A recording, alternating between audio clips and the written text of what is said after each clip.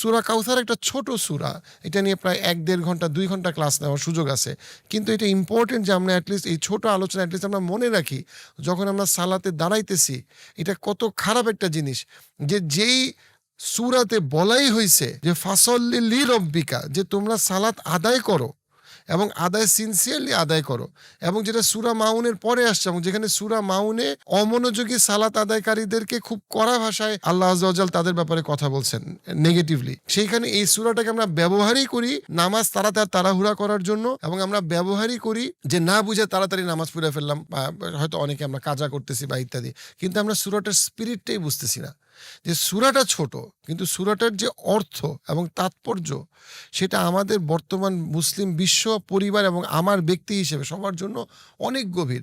রাসূলুল্লাহ সাল্লাল্লাহু আলাইহি ওয়াসাল্লামের কাছে যখন এই সূরাটা নাজিল হয়েছিল উনি আনন্দে উদ্ভাসিত হয়ে গেছিল, কারণ উনি বুঝতে পারছিল এটা কত ওনার জন্য কত বড় একটা সুসংবাদ এবং একটা ভ্যালিডেশন যে উনি ঠিক পথে আছেন এবং ঠিক কাজ করতেছেন, যেটা খুবই গুরুত্বপূর্ণ আমাদের জন্য যে আমরা যখন এই সূরাটা পড়বো আমরাও যেন চিন্তা করি আমরা কোন পথে আছি। কোরআনের সবচেয়ে ছোট সূরা, আমরা খুব তাড়াতাড়ি নামাজ পড়ার জন্য অনেক সময় পড়ি সূরা কাউসার, কিন্তু এটার অর্থ আমরা জানি না। যদি এটার অর্থ আমরা জানতাম আমাদের জীবনের সাথে রিলেট করতে পারতাম, স্পেশালি খারাপ সময়, মাইলস্টোনের যে ভয়াবহ দুর্ঘটনা অথবা ফিলিস্তিনবাসীর যে কষ্ট, ইসরায়েলের যে নির্যাতন, এই সব কিছুর সাথে আমরা সূরা কাউসারকে মিলাইতে পারতাম। আনফরচুনেটলি এটার আমরা অর্থই জানি না, যদি আমরা অনেক সময় তাড়াহুড়া করে নামাজ পড়ার জন্য এই সূরাটাকে ব্যবহার করি। অ্যাটলিস্ট একটু সময় দেন, আজকে আমরা শিখি। আউযু বিল্লাহি মিনাশ শাইতানির রাজিম, বিসমিল্লাহির রহমানির রহিম, ইন্না আ'তাইনাকাল কাউসার ফাসল্লি লিরাব্বিকা ওয়ানহার, ইন্না শানিআকা হুয়াল আবতার। মাক্কি সূরা, একটু বিতর্ক আছে, অনেকে বলেছেন মাদানী সূরা, সেটার যুক্তি আছে, বাট আমরা মাক্কি সূরার অপিনিয়নটা স্ট্রং বলে সেখানে থাকি। এবং সূরাটার প্রথম আয়াতটা হচ্ছে ইন্না, অবশ্যই অবশ্যই, আ'তাইনাকাল কাউসার। এখানে বলে রাখা ভালো, যদি ইন্না শব্দটা ব্যবহার নাও করা হইতো তাও কিন্তু এই আয়াতটা গ্রামাটিক্যালি কারেক্ট হইতো। বাট ইন্না কেন ব্যবহার করা হইলো? জোর দেওয়ার জন্য, অনেকটা জোর এমফাসাইজ করার জন্য, যেটা অবশ্যই শিওরলি সার্টেনলি আপনাকে দেওয়া হবে। আওতাইনা, আপনাকে দেওয়া হবে, এবং এমনভাবে দেওয়া হবে যেটা ফেরত নেওয়া হবে না। কোরআনে এই দেয়ার জন্য অনেক শব্দ আছে, এমন কিছু দেয়া আছে যেটা দেওয়া হয় আবার নিয়ে যাওয়া হয়। যেমন তুতিল মুলকা মিম্মান তাশা ওয়া তানজিউল মুলকা মিম্মান তাশা ওয়া তুইজ্জু মান তাশা ওয়া তুযিল্লু মান তাশা বিয়াদিকাল খায়র। এখানেও আল্লাহ কিন্তু বলছেন দেওয়ার কথা, কিন্তু আল্লাহ বলছেন আল্লাহ দেন, রাজত্ব দেন, আবার আল্লাহ চাইলে রাজত্ব উনি নিয়ে নেন। কিন্তু আ'তাইনা এমন একটা দেয়া, যেই দেয়াটা দেওয়া হইছে এবং সেটা আর ফেরত নেওয়া হবে না। আপনাকে দেওয়া হইছে এবং সেই দেওয়াটার ফেরত নেওয়া হবে না। অর্থাৎ এমন কিছু আল্লাহ আযজা বলছেন দেয়ার কথা যে দেওয়াটা উনি ফেরত নিবেন না। ইন্না আ'তাইনা কাল কাউসার, কি অ্যাবান্ডেন্স। কাউসার শব্দের লিটল মিনিং হচ্ছে আ লট অফ, মানে অনেক অনেক বেশি। প্রথম হচ্ছে কাসরা, যেটা হচ্ছে অনেক বেশি। তারপর হচ্ছে কাসির, তারপর হচ্ছে আরো বেশি। কাউসার মানে হচ্ছে কি অনেক বেশিরও অনেক বেশি। শাব্দিক মিনিংটা বলতেছি। কোন সময় সূরাটা নাজিল হয়েছিল? যখন রাসূলুল্লাহ সাল্লাল্লাহু আলাইহি ওয়াসাল্লামের ২ সন্তান মারা গেছেন। প্রথম সন্তান খাদিজা রাদিয়াল্লাহু আনহা থেকে রাসূলুল্লাহ সাল্লাল্লাহু আলাইহি ওয়াসাল্লামের ২ সন্তান। একজন হচ্ছে গিয়ে কাসিম, একজন হচ্ছে গিয়ে আব্দুল্লাহ। আব্দুল্লাহ যখন মারা যায়, আবু লাহাব সে খুশিতে, তার বৃহত্তর পরিবারেরই সদস্য উনি খুশিতে নাচতে থাকে, আনন্দ করতেছে, এবং তারা বলাবলি করতেছে বাতারা মুহাম্মদ। বাতারা মুহাম্মদ মানে কি? সে কাট অফ হয়ে গেছে, ছিন্ন হয়ে গেছে, তার আর কোনো লেগাসি নাই। আরবরা বলছে যে তার বংশধর ছিন্ন হয়ে গেল, তার আর কেউ নাই। চিন্তা করেন রাসূলুল্লাহ সাল্লাল্লাহু আলাইহি ওয়াসাল্লামের মনটা কত খারাপ। তার সন্তান মারা গেছে শুধু না, তার সাহাবারা কষ্ট পাচ্ছে শুধু না, এবং তার আশেপাশের মানুষ যাদেরকে তার গিয়ে আল্লাহর দিকে দাওয়াত দিতে হচ্ছে, সেই মানুষগুলা তার এত বড় কষ্টের সময় আনন্দ করতেছে, এটাকে তারা উদযাপন করতেছে। সেই জন্য আল্লাহ আযজা ওয়া জাল সেই সময়ে রাসূলুল্লাহ সাল্লাল্লাহু আলাইহি ওয়াসাল্লামকে বলছেন অবশ্যই ইন্না আ'তাইনা, আমি আপনাকে দিয়ে দিলাম। এবং এই আয়াতটা আসছে পাস্ট টেন্সে এবং নাউনে। আরবিতে যখন কোনো কিছু পাস্ট টেন্সে বলা হয় তার মানে হচ্ছে এটা অলরেডি ডান হয়ে গেছে, এবং যখন নাউন ব্যবহার করা হয় এটাকে আরো শক্ত করা হচ্ছে, পার্মানেন্ট করা হচ্ছে, স্থায়ী, এটা হয়ে গেছে। অর্থাৎ আল্লাহ আযজা ওয়া জাল তাকে গ্যারান্টি দিচ্ছে আমি আপনাকে যেটা দিয়েছি সেটা হচ্ছে অ্যাবান্ডেন্স, প্রাচুর্য।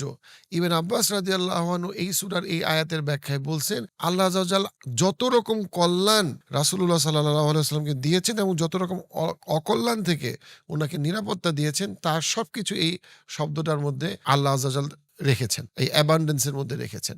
এখন হ্যাঁ, অবশ্যই কাউসারের আরেকটা মিনিং অনেকজন মুফাসসির বলছেন, এটা হচ্ছে গিয়ে একটা পার্টিকুলার জলধারা। যেটা একটা হচ্ছে গিয়ে জান্নাতের একটা নদী, আর এটা হচ্ছে গিয়ে কিয়ামতের দিনে রাসূলুল্লাহ সাল্লাল্লাহু আলাইহি ওয়াসাল্লামকে যেই জলধারা দেওয়া হবে, যে জলধারা থেকে উনি ওনার উম্মতকে পানি পান করাবেন, সেই সমস্ত উম্মত যারা কোনো বেদায়াতের মধ্যে যায় নাই এবং যারা রাসূলুল্লাহ সাল্লাল্লাহু আলাইহি ওয়াসাল্লামের সুন্নাহ মোতাবেক জীবনে চলাচল করছে, তারা কিয়ামতের দিনে এই হাউজে কাউসারের পানি পান করবে এবং কিয়ামতের দিনে এই পানি ছাড়া অন্য কোনো পানি থাকবে না। অর্থাৎ আমরা বুঝতে পারি যে এই কাউসারের মধ্যে একদিকে যেমন এই জান্নাতের নদী এবং এই কিয়ামতের দিনের জলধারা আছে, পাশাপাশি সমস্ত রকম কল্যাণকে কিন্তু এখানে নিয়ে আসা হয়েছে। এখন এই সূরাটা কি শুধুমাত্র রাসূলুল্লাহ সাল্লাল্লাহু আলাইহি ওয়াসাল্লামের জন্যই নাজিলকৃত এবং শুধুমাত্র তার ক্ষেত্রে এটা সত্যি? আমাদেরকে মুফাসসির গণ বলেন না, এটা বিশেষত রাসূলুল্লাহ সাল্লাল্লাহু আলাইহি ওয়াসাল্লামের জন্য সত্যি। কিন্তু যেকোনো মুমিন বান্দা এখান থেকে শিখতে পারে যে যখন তার আশেপাশের সমস্ত মানুষ, তার সন্তান মারা যাক অথবা তার অফিস অথবা আশেপাশের মানুষ তাকে বুঝতে পারতেছে না বা কষ্ট দিচ্ছে এবং কিন্তু সে আল্লাহর সাথে সম্পর্ক করতে যাচ্ছে, তখনই সে যেন মনে রাখে যে অবশ্যই পৃথিবীর সবাই তাকে ছেড়ে গেলেও বা বঞ্চিত করলেও বা নির্যাতন করলেও তাকে আল্লাহ আযজা ওয়া জাল এমন প্রাচুর্য দিতে পারে, যেই প্রাচুর্যের জন্য অন্য সমস্ত রকম কষ্ট মানে সাবস্টেন্সই নাই।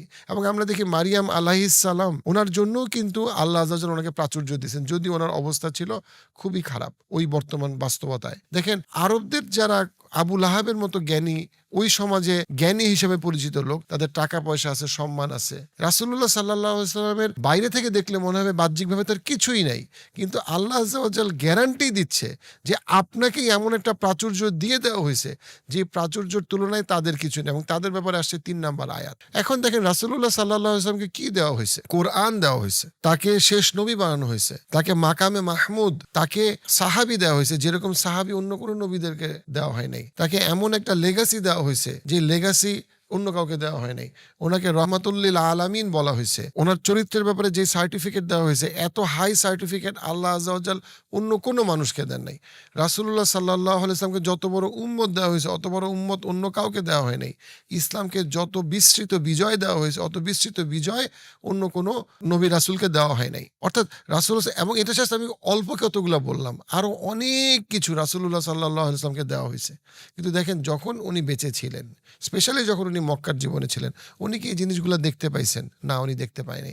কিন্তু ওনার ঈমান এবং বিশ্বাস ছিল। যেমন রাসূলুল্লাহ সাল্লাল্লাহু আলাইহি ওয়াসাল্লামের ক্ষেত্রে আল্লাহ আযজা ওয়া জাল বলছেন, ওয়া রাফা'না লাকা যিকরাক, এবং আমি আপনার যে স্মরণ, আপনার যে রিমেম্বারেন্স, সেটা আমি বাড়ায় দিছি, অনেক অনেক বাড়ায় দিছি। এবং দেখেন সারা পৃথিবীতে মসজিদে আজান হচ্ছে, রাসূলুল্লাহ সাল্লাল্লাহু আলাইহি ওয়াসাল্লামের কথা হচ্ছে, মুসলমানরা নামাজ পড়তেছে, মুসলমানরা দুরূদ শরীফ পড়তেছে, সেখানে রাসূলুল্লাহ সাল্লাল্লাহু আলাইহি ওয়াসাল্লামের কথা আসতেছে। যেখানে মরুভূমির মধ্যে একজন মানুষ যে দুর্বল, যার বংশ পরিচয়, তার ছেলে মারা গেছে, সবাই সেলিব্রেট করতেছে, সেই জায়গা থেকে আল্লাহ আযজা ওয়া জাল ওনার মর্যাদা কতটা বাড়াইছেন। একইভাবে আমি এবং আপনি যদি আল্লাহ আযজা ওয়া জালের সাথে সম্পর্ক তৈরি করতে পারি, পৃথিবীর মানুষের কাছে আমাদের ইমপ্রেশন যাই থাকুক না কেন, কিন্তু আল্লাহ আযজা ওয়া জাল চাইলে আমাদের সম্মানকে বাড়াইতে পারেন। অবশ্যই আমাদের সম্মান কখনো রাসূলুল্লাহ সাল্লাল্লাহু আলাইহি ওয়াসাল্লামের সম্মানের ধারে কাছেও হবে না, কারণ আমরা তাকওয়া বা ঈমানের দিক থেকেও তার ধারে কাছে নাই। কিন্তু অবশ্যই আল্লাহ আযজা ওয়া জাল আমাদেরকে ওরকম মানুষদের থেকে অনেক বেশি সম্মানিত করতে পারে যাদের ঈমান এবং তাকওয়া অনেক দুর্বল। এটা হচ্ছে কি এই সূরায় আমাদের জন্য কি আছে, যে রাসূলুল্লাহ সাল্লাল্লাহু আলাইহি ওয়াসাল্লামকে আল্লাহ যেমন উজ্জীবিত এবং সম্মানিত করছেন, যদিও তার আশেপাশের মানুষ পুরোপুরিভাবে, উনি একটা প্রতিকূল পরিবেশের মধ্যে ছিলেন। একইভাবে আমরা অনেক প্রতিকূল পরিবেশের মধ্যে থাকি। একটা অ্যাক্সিডেন্টে আমার সন্তান মারা যেতে পারে। ফিলিস্তিনবাসীকে আমরা দেখতে পাচ্ছি খুব দুর্বল অবস্থায় আছে, কিন্তু আল্লাহ আযজা ওয়া জাল চাইলে এই ফিলিস্তিনবাসীকে এমন একটা প্রাচুর্য দিতে পারে যে পৃথিবীর ইতিহাসে তারা সেরাদের সেরা, সাহসীদের সাহসী বীর হিসেবে পরিচিত হবে এবং পরকালে তারা এমন পুরস্কার পাবে, জান্নাতে তারা এমনভাবে থাকবে, তখন তাদের কাছে এই ইসলামের জন্য তাদের এই আত্মত্যাগ তাদের কাছে মিনিংফুল মনে হবে। তাদের কাছে মিনিংফুল মনে হবে। সো আল্লাহ আজ্জা ওয়া জাল এখানে মাত্র ছোট্ট একটা আয়াতে ইন্না আ'তাইনাকাল কাউসার, এতটুকুর মধ্যে যত পৃথিবীর মুমিন বান্দারা আছে, রাসূলুল্লাহ সাল্লাল্লাহু আলাইহি ওয়াসাল্লাম থেকে শুরু করে তারপরে যারা আছে, তাদের সবাইকে একটা বিরাট আশার আলো দিতেছে যে তোমরা কেন মানসিকভাবে ভেঙে পড়তেছো? তোমরা কি ভুলে গেছো যে আল্লাহ আজ্জা ওয়া জাল আছেন, যিনি তোমাদেরকে দিতে পারে এমন জায়গা থেকে যেটার জন্য কোনো কারণ লাগে না। আল্লাহ আজ্জা ওয়া জাল যদি চায় আপনাকে দিবে এবং প্রাচুর্য দিবে, যেটার কোনো লিমিট নাই, যেটা কোনো বিনিময়ের সাথে সম্পর্কিত না। আল্লাহ আজ্জা ওয়া জাল ভালোবাসেন এবং এই জন্য আল্লাহ আজ্জা ওয়া জাল দিতে পারেন। যদি আমাদের মধ্যে তাকওয়া থাকে, আল্লাহ আজ্জা ওয়া জাল বলছেন, তাহলে আল্লাহ আজ্জা ওয়া জাল আমাদেরকে এমন উৎস থেকে দিতে পারেন যেটা আমরা কল্পনা করতে পারি না, এবং এটা সবার জন্য সত্যি। রাসূলুল্লাহ সাল্লাল্লাহু আলাইহি ওয়াসাল্লামের জন্য তো সবচেয়ে বেশি সত্যি, এবং তারপরে তার উম্মতের জন্য এটা সত্যি যে যখন আমাদের প্রতিকূল পরিবেশ থাকে তখন আমাদের উচিত আল্লাহর উপরে ভরসা করা। কারণ আল্লাহর উপরে ভরসা করে আল্লাহ আমাদের এই বাহ্যিক প্রতিকূলতার ঊর্ধ্বে গিয়ে আল্লাহ আমাদেরকে এমন কিছু দিতে পারে যেটা আমরা কল্পনাও করতে পারি না। এই জন্য আমরা দেখি কোরআনে অন্য জায়গায় যখন ফেরাউন একজন ভদ্রমহিলাকে শাস্তি দিচ্ছে তার ঈমানের জন্য, আমি কার কথা বলতেছি? আসিয়া আলাইহিস সালামের কথা বলতেছি। যখন শাস্তি দিচ্ছে এবং উনি প্রায় নির্যাতনের শিকার হইতে হইতে মৃত্যুর দিকে চলে যাচ্ছে, তখন কোরআনে বর্ণনা করতেছে ওনার দোয়া, রব্বিবনিলি ইনদাকা বাইতান ফিল জান্নাহ। আল্লাহ উনি বলতেছেন কি, হে আল্লাহ, আপনি আমাকে জান্নাতে একটা বাড়ি দেন। রব্বিবনিলি ইনদাকা বাইতান ফিল জান্নাহ, উনি জান্নাতে একটা বিশেষ বাড়ির কথা উনি ভিজুয়ালাইজ করতেছেন। অর্থাৎ উনি ওই নির্যাতনের মধ্যেও উনি আল্লাহর প্রতি ভালোবাসা এমনভাবে খুঁজে পাইতেছেন, এবং ওইটা দিয়ে উনি ওনার এই সমস্ত কষ্ট থেকে নিজেকে মুক্ত করার চেষ্টা করতেছেন, এবং উনি এই সমস্ত কষ্টের বিনিময়ে আল্লাহর কাছে এমন একটা পুরস্কার চাচ্ছেন, যে পুরস্কারের প্রাপ্তি তাকে এই সমস্ত কষ্টকে সম্পূর্ণভাবে ধুলায় মিশাই দিবে। রব্বিবনিলি ইনদাকা বাইতান ফিল জান্নাহ ওয়া নাজ্জিনি মিন ফিরআউনা ওয়া আমালিহি ওয়া নাজ্জিনি মিনাল কওমিজ জালিমিন। এবং তারপরে উনি ফেরাউন এবং ফেরাউনের সমস্ত বাহিনী থেকে উনি মুক্তির জন্য দোয়া করতেছেন। যুগে যুগে যত মুমিন বান্দারা আসছে, তারা অনেকে নির্যাতনের শিকার হয়েছে, দুঃখের শিকার হয়েছে, কষ্টের শিকার হয়েছে, তারা অনেকে সন্তান হারিয়েছে, তাদের ভূমিকম্পে অনেকে মারা গেছে, বা তারা কোনো শত্রু দ্বারা নির্যাতিত হয়েছে। কিন্তু সব সময় তারা যখন আল্লাহর পথে ছিল, সেটা নূহ আলাইহিস সালাম হোক, অথবা সেটা সালেহ আলাইহিস সালাম হোক, অথবা সেটা ইব্রাহিম আলাইহিস সালাম হোক, এবং অবশ্যই রাসূলুল্লাহ সাল্লাল্লাহু আলাইহি ওয়াসাল্লামের ক্ষেত্রে তো এই আয়াতটাই আসছে।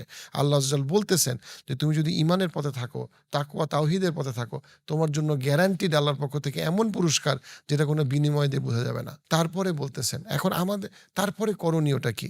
রাসূলুল্লাহ সাল্লাল্লাহু আলাইহি ওয়াসাল্লামকে জানাইতেছেন, এবং তার মাধ্যমে আমাদের সবাইকে জানাইতেছেন, ফাসল্লি লি রব্বিকা ওয়ানহার। ফাসল্লি মানে হচ্ছে তুমি সালাতে দাঁড়াও, তুমি নামাজে দাঁড়াও, তুমি ইবাদতে মশগুল হও, এবং সমস্ত রকম সালাত, সমস্ত রকম নামাজ এবং ইবাদতকে এখানে আনা হয়েছে লি রব্বিকা, এবং ইখলাসের সাথে এবং আল্লাহর সাথে সিনসিয়ারিটির সাথে দাঁড়াও, এবং ওয়ানহার, যত রকম স্যাক্রিফাইস আছে, পার্টিকুলারলি এখানে কোরবানি আসছে, বাট এখানে মুফাসসিরগণ বলছে কোরবানির সাথে যত রকম জাকাত, দান, যা কিছু আছে সেটাকেও এই শব্দের মধ্যে ইনক্লুড করা যেতে পারে। আগের সূরাতে ছিল তারা সালাতকে সিনসিয়ারলি আদায় করে না, অলসতা করে বা অমনোযোগী বা শো অফ করতেছে, এবং এখানে বলতেছে ফাসল্লি, শুধু ফাসল্লি না, লি রব্বিকা, এখানে ইখলাস, সিনসিয়ারিটির কথা আসতেছে এবং আসতেছে সালাতের কথা। দেখেন কিভাবে দুইটা সূরার সাথে রিলেটেড। অ্যান্ড দেন মাউন মানে মাউনের জায়গাটায় কি আছে, যে তারা সামান্য কিছু তারা দান করে না, এবং ওই জায়গায় আসতেছে স্যাক্রিফাইসের কথা, যে তোমরা আল্লাহর পথে তোমরা স্যাক্রিফাইস করো, তোমরা কোরবানি করো। অর্থাৎ দেখেন একটা সূরার সাথে আরেকটা সূরা কত সুন্দরভাবে কানেক্টেড এবং কত সুন্দরভাবে লিঙ্কড। এবং আমাদের কাজটা কি, আমরা যখন বিপদে থাকি তখন একদিকে এটা মনে রাখা যে আল্লাহ আজ্জাল অবশ্যই আমাকে বিপদ থেকে উদ্ধার করতে পারে এবং এমন রহমত দিতে পারে, ক্ষমা করতে পারে, যার সাথে কোনো কিছু কোনো তুলনা নাই। আমাদের করণীয়টা সবসময় হচ্ছে আল্লাহর প্রতি কৃতজ্ঞতা আদায় করা, সালাতের মাধ্যমে, কোরবানির মাধ্যমে, যেই সালাত এবং কোরবানির মধ্যে, যেই দান এবং ইবাদতের মধ্যে ইখলাস আছে, লি রব্বিকা ওয়ানহার। এবং লাস্ট আয়াত ইন্না শানিআকা হুয়াল আবতার, অবশ্যই আবারও ইন্না আসছে, মানে অবশ্যই, কোনো সন্দেহ নাই, যারা ইসলামের শত্রু তাদের কথা বলা হচ্ছে, নাম না বলে তাদেরকে অ্যাজ ইফ তারা তাদের নামও বলা হচ্ছে না এখানে। শানিআকা হুয়াল আবতার, তারাই হচ্ছে গিয়ে কাট অফ। আবতার মানে হচ্ছে তাদের কোনো ভবিষ্যৎ নাই, তারা হচ্ছে শিকড় নাই, আবতার, তাদের কোনো শিকড় নাই, তাদের কোনো ভবিষ্যতে তাদের কোনো লেগাসি নাই, তাদের কোনো অনার ক্যারি করার কেউ নাই, তাদের সামনে কিছু নাই। এবং এইখানে খেয়াল রাখতে হবে যে এখানে এমনদের কথা বলা হইতেছে যারা কিন্তু ওই সময় সবচেয়ে প্রতিষ্ঠিত, সবচেয়ে ক্ষমতাধর, সমাজের সবচেয়ে জ্ঞানী বা সুশীল হিসেবে পরিচিত লোকদের কথা বলা হচ্ছে, আবু লাহাব এবং তার মতো যারা। এবং যুগের পরে যুগে এই আয়াতটা সবার জন্য, যারা রাসূলুল্লাহ রাসূলুল্লাহ সাল্লাল্লাহু আলাইহি ওয়াসাল্লামকে অপছন্দ করে এবং ইসলামকে ঘৃণা করে এবং অপছন্দ করে এবং ইসলামের প্রচার প্রসারকে অপছন্দ করে, তাদের সবার জন্য এই আয়াতটা ইম্পর্টেন্ট যে তাদের কোনো ভবিষ্যৎ নাই। ফেরাউনের আল্টিমেটলি ভবিষ্যৎ কি হয়েছে? কোনো ভবিষ্যৎ হয় নাই। কিন্তু সুনাম ছড়াইছে মূসা আলাইহিস সালামের। যদিও ওই অবস্থা দেখলে যে কেউ বলবে ফেরাউনের ক্ষমতা বেশি, মূসা আলাইহিস সালামের তো কোনো ক্ষমতাই নেই। ইব্রাহিম আলাইহিস সালামের লেগাসি আমরা সবাই। কিন্তু ইব্রাহিম আলাইহিস সালামকে যারা অপছন্দ করছে বা যারা ইব্রাহিম আলাইহিস সালামের বাবার লেগাসি, ইব্রাহিম আলাইহিস সালামের বাবার কিন্তু কোনো লেগাসি নাই। তার কোনো ধর্মবোধ, ফিলোসফি কেউ ধারণ করে না বা কেউ সম্মান করে না। একইভাবে ইসরায়েলের কোনো ভবিষ্যৎ নাই। ইসরায়েল বর্তমানে খুব দাপটের সাথে চলতেছে। প্যালেস্টাইন ফিলিস্তিনের কোনো দাপট নাই। কিন্তু আল্টিমেটলি ফিলিস্তিনকেই পৃথিবীর ইতিহাসে স্বর্ণাক্ষরে তাদের নাম বীর হিসাবে লেখা হবে। আর পরকালে তো তারা পুরস্কার পাবে। কিন্তু ইসরায়েলের অথবা নেতানিয়াহুর এখনই পৃথিবীর সবাই তাদেরকে ঘৃণা করে এবং তারা আস্তে আস্তে ক্ষমতা হারাইতে থাকবে এবং তারা পরকালে জাহান্নামে যাবে। এবং এই যে এই বাস্তবতা আমাদেরকে গভীরভাবে বিশ্বাস করতে হবে যে আমরা আলটিমেটলি কিয়ামতের দিনে আল্লাহর সামনেই দাঁড়াবো। এবং যখন আমরা আল্লাহর সামনে দাঁড়াবো, এই জিনিসটা আমাদের জন্য খুব ইম্পর্টেন্ট যে আমরা মনে রাখি যে আজকে পৃথিবীতে যাকে আমার সবল মনে হচ্ছে, সে আল্লাহর পথে না থাকলে সে কমপ্লিটলি দুর্বল। এবং যে আজকে আল্লাহর পথে আছে তাকে আমার দুর্বল মনে হচ্ছে, কিন্তু সে কিয়ামতের দিনে নবী আউলিয়াদের সাথে থাকবে, সিদ্দিকিন শুহাদার সাথে থাকবে। তখন আমার কাছে মনে হবে আমি যদি ওই লোকটার মতো হইতে পারতাম যে পৃথিবীতে গরিব ছিল কিন্তু তার অন্তরে আল্লাহ ছিল। সো সূরা কাউসার একটা ছোট সূরা, এটা নিয়ে প্রায় 1-1.5 ঘন্টা 2 ঘন্টা ক্লাস নেওয়ার সুযোগ আছে। কিন্তু এটা ইম্পর্টেন্ট যে আমরা অ্যাটলিস্ট এই ছোট আলোচনা অ্যাটলিস্ট আমরা মনে রাখি যখন আমরা সালাতে দাঁড়াইতেছি। এটা কত খারাপ একটা জিনিস যে যেই সূরাতে বলাই হয়েছে যে ফাসল্লি লি রব্বিকা, যে তোমরা সালাত আদায় করো এবং আদায় সিনসিয়ারলি আদায় করো। এবং যেটা সূরা মাউনের পরে আসছে এবং যেখানে সূরা মাউনে অমনোযোগী সালাত আদায়কারীদেরকে খুব কড়া ভাষায় আল্লাহ আযজা ওয়া জাল তাদের ব্যাপারে কথা বলছেন নেগেটিভলি। সেইখানে এই সূরাটাকে আমরা ব্যবহারই করি নামাজ তাড়াহুড়া করার জন্য, এবং আমরা ব্যবহারই করি যে না বুঝে তাড়াতাড়ি নামাজ পড়ে ফেললাম, হয়তো অনেকে আমরা কাজা করতেছি বা ইত্যাদি, কিন্তু আমরা সূরাটার স্পিরিটটাই বুঝতেছি না। যে সূরাটা ছোট কিন্তু সূরাটার যে অর্থ এবং তাৎপর্য সেটা আমাদের বর্তমান মুসলিম বিশ্ব পরিবার এবং আমার ব্যক্তি হিসেবে সবার জন্য অনেক গভীর।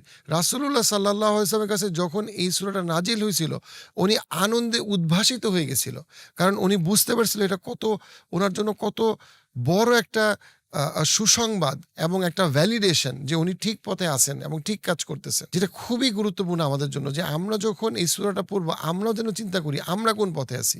আমরা যদি কোরআনের পথে থাকি দেন এই সূরাটা আমাদের জন্য একটা ভ্যালিডেশন, আর আমরা যদি কোরআনের বিপক্ষে থাকি দেন এইটা একটা কি বলবো মানে ভয়ঙ্কর একটা ওয়ার্নিং আমাদের জন্য যে আমরা কোন অবস্থায় আছি। 3টা আয়াত দিয়ে কত বড় একটা তাৎপর্য। একদিকে ইসলামের শত্রুদেরকে আল্লাহ আযজা ওয়া জাল 3 নম্বর আয়াতে বলছেন যে তাদের কোনো ভবিষ্যৎ নাই এবং তারা সম্পূর্ণ শিকড় ছাড়া ইহকালে এবং পরকালে তারা অন্ধ হয়ে উঠবে অনেকে কিয়ামতের দিন। প্রথম আয়াতে আল্লাহ আযজা ওয়া জাল মুমিনদেরকে সুসংবাদ দিতেছেন এবং তাদেরকে পুরাপুরিভাবে ভ্যালিডেশন দিচ্ছেন, কনফার্মেশন যে তাদের হারানোর কিছু নাই। আর 2 নম্বর আয়াতে আল্লাহ আযজা ওয়া জাল বলতেছেন আমাদেরকে আমাদের করণীয় সম্পর্কে এবং মনে করে দিচ্ছেন তোমরা যেন সূরা মাউনের ওই দুর্বল সালাত আদায়কারীদের মতো না হও, বরং তোমরা যেন লি রব্বিকা মানে একদম খুব ডেডিকেটেডলি ফোকাসড হয়ে ইখলাসের সাথে যেন তোমরা তোমাদের সালাত এবং কোরবানি, তোমাদের ইবাদত এবং তোমাদের যে চ্যারিটি এবং সেটা যেন তোমরা খুব ফোকাসভাবে করো। সো আমি জাস্ট শেষ করতেছি এটা দিয়ে যে ইবনে তাইমিয়া রহিমাহুল্লাহর খুব বিস্তারিত একটা আলোচনা আছে সূরা কাউসারের এই 3টা আয়াত নিয়ে, এবং ওই আলোচনার একটা গুরুত্বপূর্ণ পার্টে উনি বলছেন ইবনে তাইমিয়া রহিমাহুল্লাহ যে যে ইসলামের ব্যাপারে বিদ্বেষ পোষণ করে, যে ইসলামকে অপছন্দ করে, যে ইসলামের শত্রু, তার সবচেয়ে বড় আল্লাহর পক্ষ থেকে তার জন্য শাস্তি তো এইটাই যে সে কোনোদিনও শান্তি পাবে না, সে কখনো হেদায়েত পাবে না, সে কখনো সালাত বা ইবাদত করার মজা পাবে না, সে খালি একটা ভালো কনজিউমার হবে। তার টাকা থাকবে কিন্তু ওই টাকা দিয়ে সে শান্তি, সুখ, সফলতা কিছুই পাবে না। সো সে পৃথিবীতে টাকা খুঁজবে, অনার খুঁজবে, সে খারাপ দিকে যাবে, খারাপ সঙ্গে যাবে, কিন্তু দিনের শেষে সে সবসময় সে একটা ফুটা বালতি, সে সবসময় এমটি ফিল করবে, তার ভিতরে শূন্যতা থাকবে। এবং এইটাই উনি বলতেছেন তাদের সবচেয়ে বড় একটা শাস্তি পৃথিবীতে। এবং যে মুমিন বান্দা তার থেকে আপনি টাকা নিয়ে যেতে পারেন, তাকে আপনি জেলখানায় দিতে পারেন, তার আপনি দেশ থেকে বাইর করে দিতে পারেন, কিন্তু তারপরেও সে দিনের শেষে সে যখনই সেজদা দিবে, সে যখনই দোয়া করবে, সে মনের মধ্যে সুখ এবং সফলতা খুঁজে পাবে। সো এইটা উনি বলতেছেন যে এই সূরা কাউসারের একটা অনেক বড় ঘোষণা হচ্ছে আল্লাহ বলেই দিচ্ছেন যে তোমার অন্তরে আল্লাহ থাকলে তোমাকে আমি সুখ এবং সফলতা দিব, তোমার বাইরের পৃথিবীতে যেই উপাদান থাকুক বা না থাকুক, আর তুমি তোমার অন্তরে যদি আল্লাহর উপস্থিতি না থাকে, আল্লাহর ভালোবাসা না থাকে, দেন বাইরে দিয়ে তোমার যতই টাকা থাকুক বা অনার থাকুক অথবা রাজত্ব থাকুক, দিনের শেষে তুমি একটা ব্যর্থতা নিয়ে তুমি মারা যাবা এবং পরকালে তুমি ব্যর্থতা নিয়ে উঠবা। আল্লাহ আযজা ওয়াজাল আমাদের সবাইকে সূরা কাউসার বুঝার, এর উপরে আমল করার এবং এটা বুঝে সালাত আদায় করার এবং কিয়ামতের দিনে রাসূলুল্লাহ সাল্লাল্লাহু আলাইহি ওয়াসাল্লামের হাতে আল কাউসারের পানি পান করার তৌফিক দান করুক। ওয়া আখিরুদ দাওয়ানা আনিল হামদুলিল্লাহি রাব্বিল আলামিন।